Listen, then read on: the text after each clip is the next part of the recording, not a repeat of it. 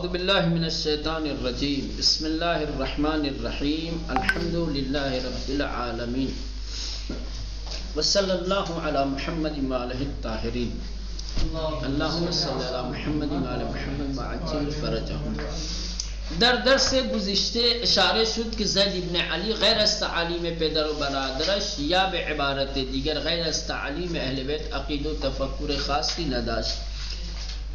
آج کا جو درس ہے آپ کا زیدیہ کے عقائد و نظریات کے سلسلے میں ہے کہ مسلک زیدیہ کے فرقہ زیدیہ کے جو لوگ ہیں ان کا کیا عقیدہ ہے، کس طریقے کی فکر رکھتے ہیں، کس طریقے کا عقیدہ رکھتے ہیں۔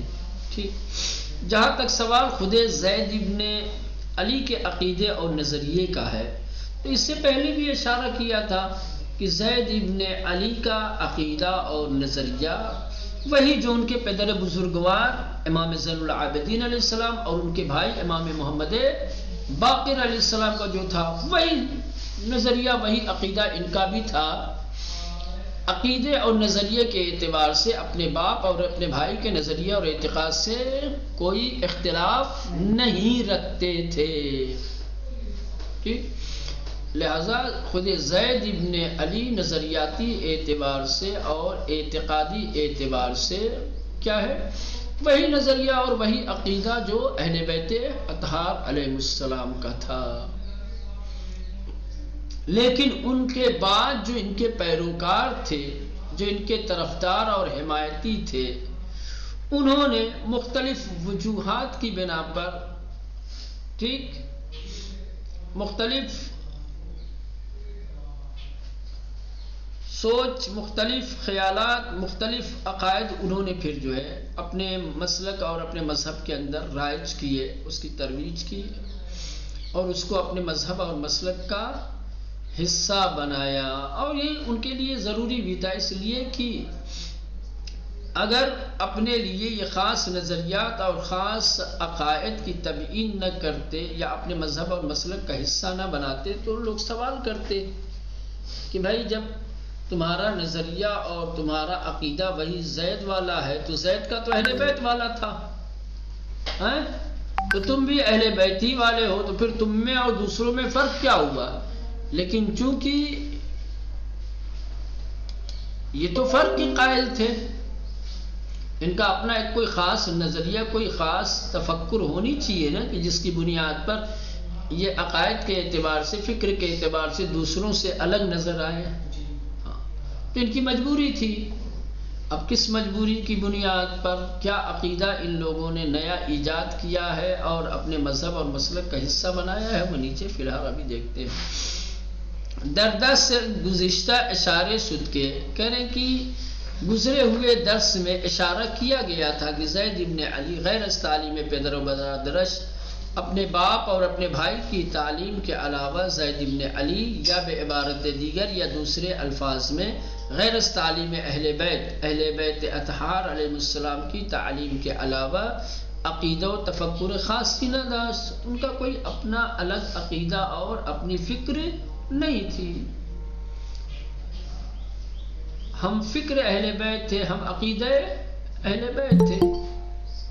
اما علماء زیدیہ، لیکن جو زیدیہ فرقے کے علماء ہیں بعدہا، یہ زید کے بعد بدلیل تماس با سائر مذاہب و فرقے اسلامی، دوسرے اسلامی فرقوں اور دوسرے تمام مذاہب کے ساتھ رابطے کی وجہ سے و یا بخاطر حفظ ہویت مذہب خود، یا اپنے مذہب کی شکل اور اس کی ہویت کی حفاظت کے لیے، ہویت یعنی اپنی شکل و شباہت، اپنے مذہب کی اصلیت، اس کو برقرار رکھنے کے لیے، اس کو باقی رکھنے کے لیے در برابر امامیہ، کس کے؟ امامیہ کے مقابلے میں، امامیہ کے مقابلے میں مذہب زیدیہ کی اپنی شک اور اپنی حقیقت کی حفاظت کے خاطر و یا ہر علت دیگر یا اس کے علاوہ اور بھی دوسری علتیں ہو سکتی ہیں، بے پارئی از اصول اعتقادی و فقہی متفاوت کچھ اصول عقائد اور کچھ فقہی مسائل کا کیا ہے کہ جو الگ تھلگ تھے کس سے بامبناء ائمہ امامیہ مسلک کے اماموں کے فقہی اور اعتقادی اصولوں کے خلاف نئے اصول اور نئی فقہ مسائل ان لوگوں نے کیا کیے، گرائش یافتن اس کی طرف یہ راغب ہو گئے، انہوں نے ایجاد کیا کہ در نتیجے اس کا نتیجہ کیا ہوا کہ زیدیہ بعنوان یک مذہب کلامی و فقہی درآمد، جس کے نتیجے میں زیدیہ ایک کلامی اور فقہی مذہب کے عنوان سے وجود میں آ گیا۔ دیکھیں بات کیا تھی، ان کو امامیہ کے مقابلے میں ایک نیا مذہب، ایک نیا مسلک پیش کرنا تھا، تو نیا مذہب اور نیا مسلک پیش کرنے کے لیے نئے اصول نئے فقہی مسائل کی ضرورت تھی کہ نہیں تھی؟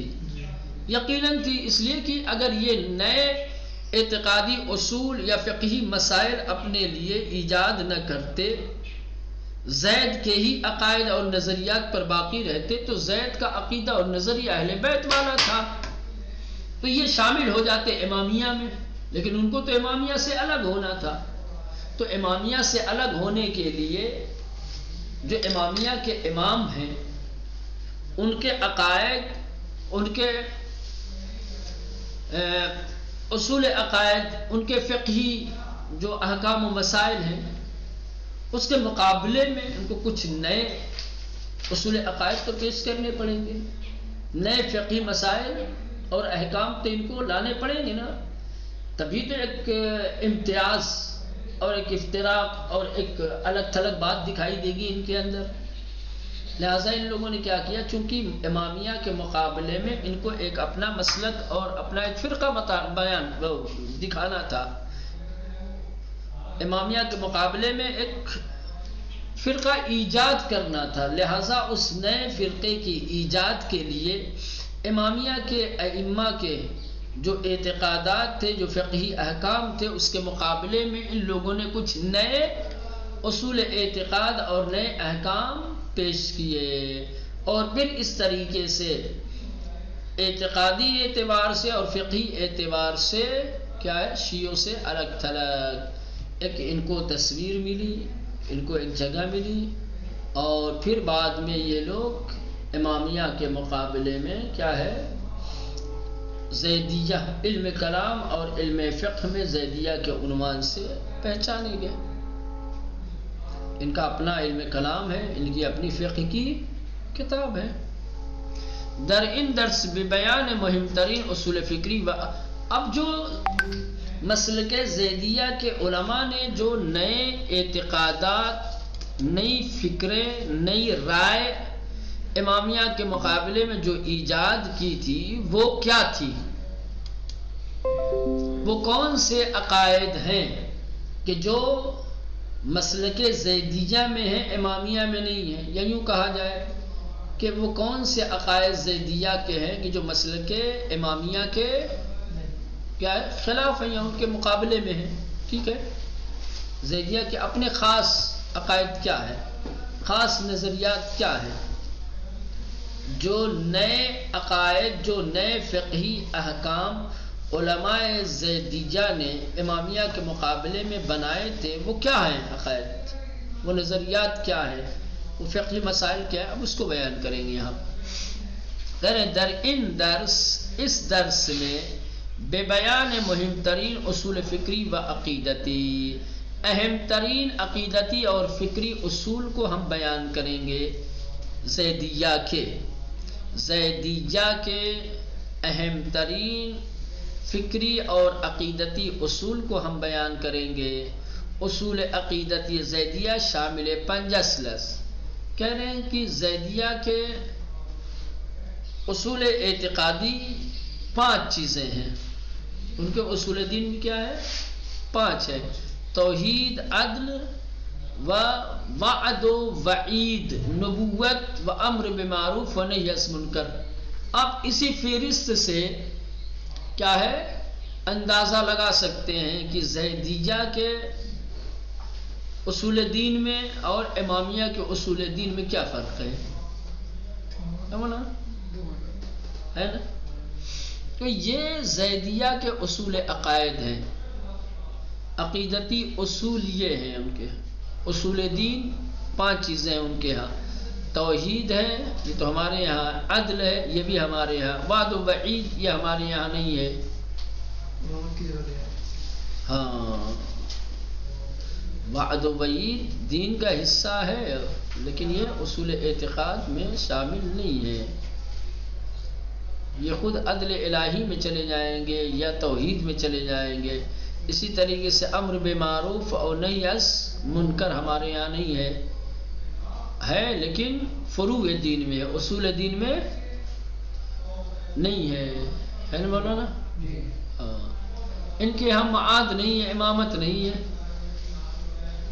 امامت اور معاد یہ ان کے اصول دین میں نہیں ہے. اب خود توحید کی جو اصول دین کا حصہ ہے اس کے بارے میں ان کے کیا خیالات ہیں، توحید کا تعارف یہ کس طریقے سے پیش کرتے ہیں. توحید و خدا شناسی ان کے یہاں زیدیہ مسلک کے یہاں کس انداز سے ہے، کس صورت میں ہے. وہ زیدیہ توحید را بلحاظ نظریہ ایمان بے وحدانیت خدا متعال در ذات و صفات و عبادت می داند و از جہت عینی و عملی بمعنی ایمان بحریت و آزادی انسان و عمل بمقتضای آزادی کے انسان بر اساس آزادی حق خواہد داشت بے ہر شکل عبادت غیر خدائی کی خاص روی آورده و آزاد باشد. علی ابن عبد الکریم کہہ رہے ہیں کہ زیدیہ نے توحید کو ایمان نظری کے اعتبار سے، ایمان نظری کیا دیکھیں، ایمان کا 2 حصہ ہے، ایک نظریاتی اعتبار سے، کیا ہے؟ نظریاتی اعتبار سے خدا کے بارے میں آپ کا کیا نظریہ ہے، آپ کی سوچ کیا ہے، سمجھ رہے ہیں؟ ایک ہے نظری، ایک چیز ہے عملی. عمل میں آپ خدا کی عبادت اور بندگی کیسے کرتے ہیں، خدا کی وحدانیت کو عمل میں کس طریقے سے پیش کرتے ہیں، یہ ایک الگ چیز ہے. نظریاتی اعتبار سے زیدیہ توحید کو کیا ہے، خدا کی وحدانیت کو اس کی ذات میں، اس کی صفات میں اور اس کی عبادت میں مانتے ہیں. آسان لفظوں میں زیدیہ نظری اعتبار سے خدا کی ذات، صفات اور عبادت میں وحدانیت کے قائل ہیں.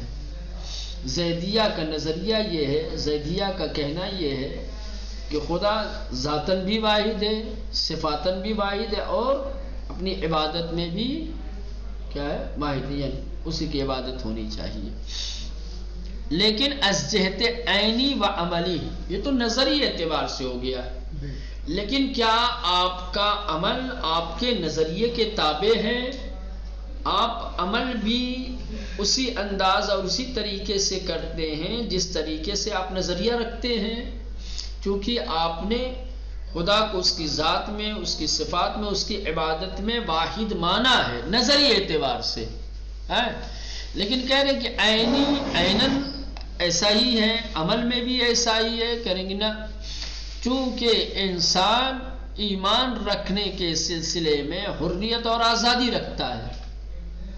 انسان آزاد ہے ایمان کے متعلق، اور اس کا عمل اسی انسان کی آزادی کے اعتبار سے ہی ہونا چاہیے. آزادی دی گئی عمل میں. جب انسان ایمان میں آزاد ہے تو عمل میں بھی آزاد ہے. جب انسان ایمان میں آزادی رکھتا ہے تو پھر عمل میں بھی کیا ہے. لہذا اب جب انسان ایمان میں آزاد ہو گیا، عمل میں آزاد ہو گیا، تو عمل میں خدا کے علاوہ کسی اور کی بھی اگر وہ بندگی کرنا چاہتا ہے،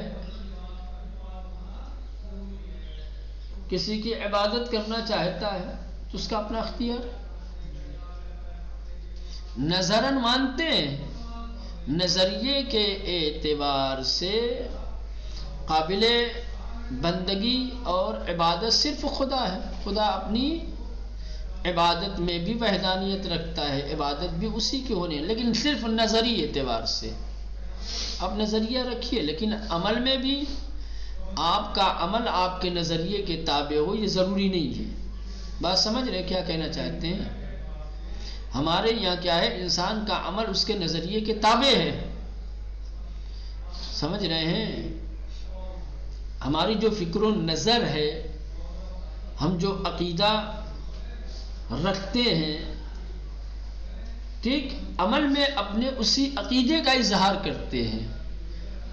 یا یوں کہا جائے کہ ہمارا عمل ہمارے عقیدے اور ہمارے نظریے کا تابع ہے، لیکن ان کے یہاں ان کا عمل ان کے نظریے کے تابع ہو یہ ضروری نہیں ہے. نظریے اور عمل میں اختلاف ہو سکتا ہے. نظریے کے اعتبار سے تو خدا کی وحدانیت کے قائل ہیں، چاہے اس کی ذات ہو، چاہے اس کے صفات ہو، چاہے اس کی عبادت ہو. لیکن عمل میں چونکہ انسان کو اللہ نے آزاد پیدا کیا ہے، اگر ہم صرف ایک خدا کی عبادت اور بندگی میں انسان کو مقید اور محدود کر دیں تو یہ انسان کی آزادی کے خلاف ہے. پھر انسان کا اپنا اختیار کہاں رہا؟ انسان کی آزادی پھر کہاں ہے؟ آزادی تو اس وقت ہے جب آپ کسی طریقے کے کوئی قید نہ رکھیں کہ صرف اللہ کی عبادت کرنی. لہذا عمل میں انسان چاہے تو اللہ کی عبادت کرے، چاہے تو اللہ کے علاوہ کسی اور کی، یہ اس کی آزادی ہے. اب یہ اس کا عمل اس کے نظریے کے خلاف ہو گیا، کیونکہ نظریے میں تو وہ صرف عبادت خدا کے لیے ہے نا، توحید عبادی کا قائل تھا نظریتاً، لیکن عمل میں وہ کسی پیر کی، کسی بڑی شخصیت کی عبادت کرنے لگا. یہ ان کے ہاں یہ فالٹ اور یہ غلطی ہے. سمجھ رہے ہیں؟